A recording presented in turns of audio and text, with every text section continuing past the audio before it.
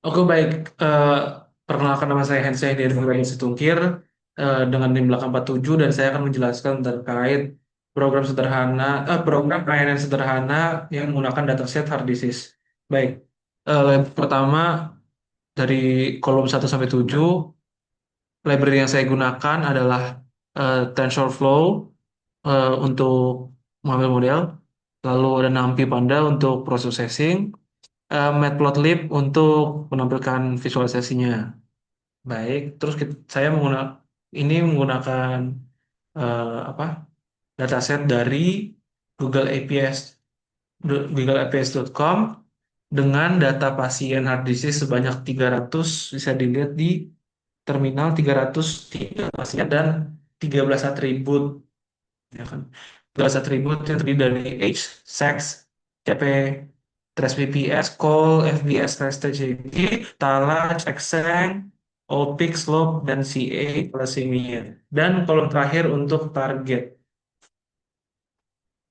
Target itu adalah eh, apakah orang tersebut mengidap penyakit hard disease atau tidak.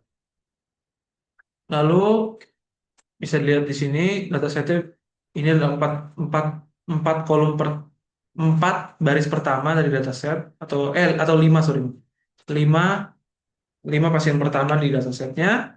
Lalu kita akan melakukan tahap preprocessing di mana kita membagi kategorikal, fitur-fitur kategorikal dan fitur numerik. Di sini ada fitur kategorikal, ada sex, CP, FBS, Restigi, Xang, CA, dan thalassemia yang merupakan fitur kategorikal, dan age, stress, BPS, kolesterol, touch, old peak slope sebagai fitur numerik. Baik, agar bisa diproses, saya mau ini di fitur kategorikal diubah menjadi bentuk numerik atau bentuk biner menggunakan one hot encoding. Lalu setelah diubah akan muncul sebanyak 30 kolom. Lalu eh, data di split menjadi 80-20, di mana 80 training dan 20 testing.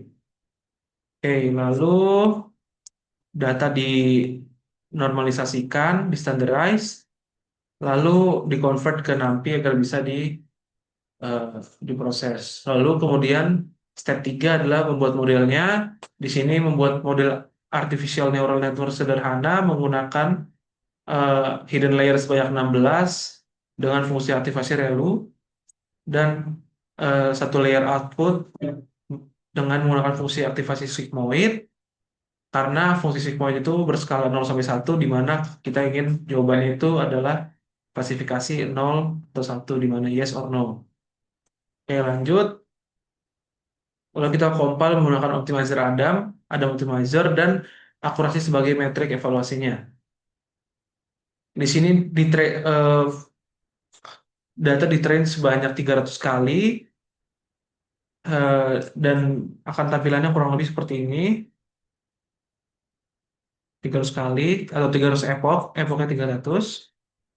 Lalu setelah train akan menampilkan plot-plot dari training curve-nya.